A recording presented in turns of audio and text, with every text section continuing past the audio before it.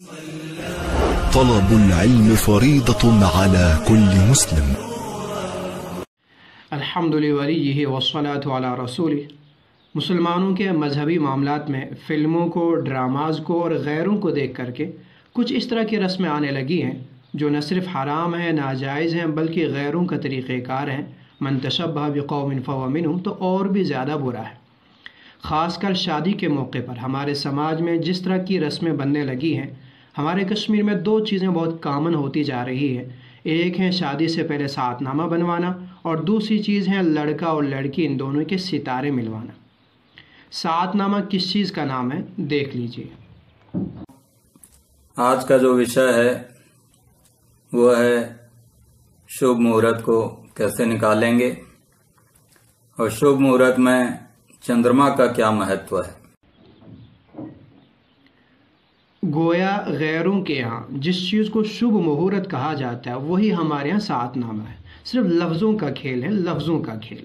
وہاں ہندی کے الفاظ ہیں، یہاں عربی اور فارسی کا ملا جلا لفظ ہے، ورنہ دونوں کے دونوں ایک ہی سوچ، ایک ہی عقیدے کے تحت کیے جاتے ہیں.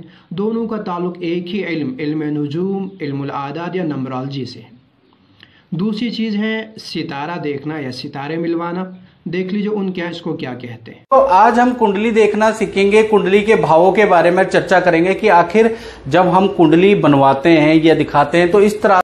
یہ ہے دوسری چیز جسے غیروں کے یہاں کنڈلی ملانا یا کنڈلی بنانا کہا جاتا ہے. اسی کو ہم کہتے ہیں ستارہ دیکھنا.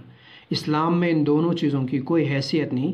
آپ علیہ السلام کی ساری زندگی میں، صحابہ کی پوری تاریخ میں آپ کو کہیں نہیں ملے گا کہ انہوں نے نکاح سے پہلے ستارے ملوائے ہوں، نکاح سے پہلے انہوں نے سات نامے بنوائے ہوں. اسلام نے نکاح کے موقع پر ایک چیز ہے کفو، اس کا لحاظ رکھنے کے لیے کہا ہے، لیکن وہ بھی صرف ایک استحبابی امر ہے، کوئی لازمی چیز نہیں. تو جہاں تک یہ دو چیزیں ان کا کوئی اعتبار نہیں، بلکہ یہ دونوں چیزیں جس علم سے تعلق رکھتی ہیں، علم نجوم، علم الاعداد یا نمبرالوجی، چونکہ اس کو میں کسی حد تک جانتا ہوں اس لیے یقین کے ساتھ کہتا ہوں کہ یہ صرف اور صرف ایک اندازہ ہے، ایک قیاس ہے، ایک ڈائیگنوز ہے، جو یقین کا فائدہ تو دور کی بات، معمولی درجے کا اعتماد، معمولی درجے کا اعتبار بھی نہیں رکھتا ہے. اسی لیے آپ دیکھیں گے جو لوگ اس کام کو کرتے ہیں، چاہے ادھر کے ہوں یا ادھر کے ہوں، میں ان سے معافی چاہوں گا، خود ان کی اپنی شادیاں اور اپنے بچوں کی شادیاں اونچ نیچ کی شکار ہوتی ہیں. تو جس سے یہ بات صاف ہو جاتی ہے کہ چونکہ وہ لوگ جانتے ہیں اس کا کوئی اعتبار نہیں، اس لیے اپنے بچوں کے لیے اس چیز کو دیکھتے نہیں، اور اگر دیکھتے ہیں پھر بھی اگر اونچ نیچ رہتی ہے تو اس سے تو بات اور صاف ہو جاتی ہے کہ جب ان کے اپنے ستارے گردش میں ہیں، وہ اپنا کوئی فائدہ نہیں کر پاتے، تو ہم لوگوں کا یا آپ لوگوں کا کیا فائدہ کر پائیں گے. یہاں پہ اس بات کی وضاحت بھی ضروری ہے کہ کچھ لوگ چونکہ ان علماء کو بھی تنگ کرتے ہیں جو اس اعتقاد کے نہیں، کہ آپ دیکھ لیجئے ہمارے فلاں دن ٹھیک رہے گا یا نہیں، فلاں جگہ ہمارے ستارے ملتے ہیں یا نہیں، ہمیں وہاں رشتہ کرنا چاہیے یا نہیں. ایسے موقع پر علماء صرف یہ سوچ کر کے کہ اگر میں اسے منع کروں کہ میں نہیں دیکھتا، یا میں منع کروں کہ یہ چیز ٹھیک نہیں، تو اس کو لاکھوں لوگ ملیں گے جو کہیں گے نہیں آ جاؤ ہمارے پاس، ہم دیکھیں گے.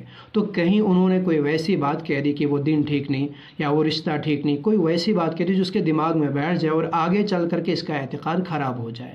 اس اعتقاد کو بچانے کے لیے، یا اسی طرح کبھی کبھی ویسا بھی کوئی متعلق ہوتا ہے جو دامن چھوڑنے کے لیے تیار نہیں، ویسا بھی کوئی عقیدت مند ہوتا ہے جو ماننے کے لیے تیار نہیں، تو دامن چھڑانے کے لیے کشمیر میں ٹھاف تراؤن تو اسے کہتے ہیں کہ چلو ٹھیک ہے آپ بتاؤ ہم دیکھ لیں گے.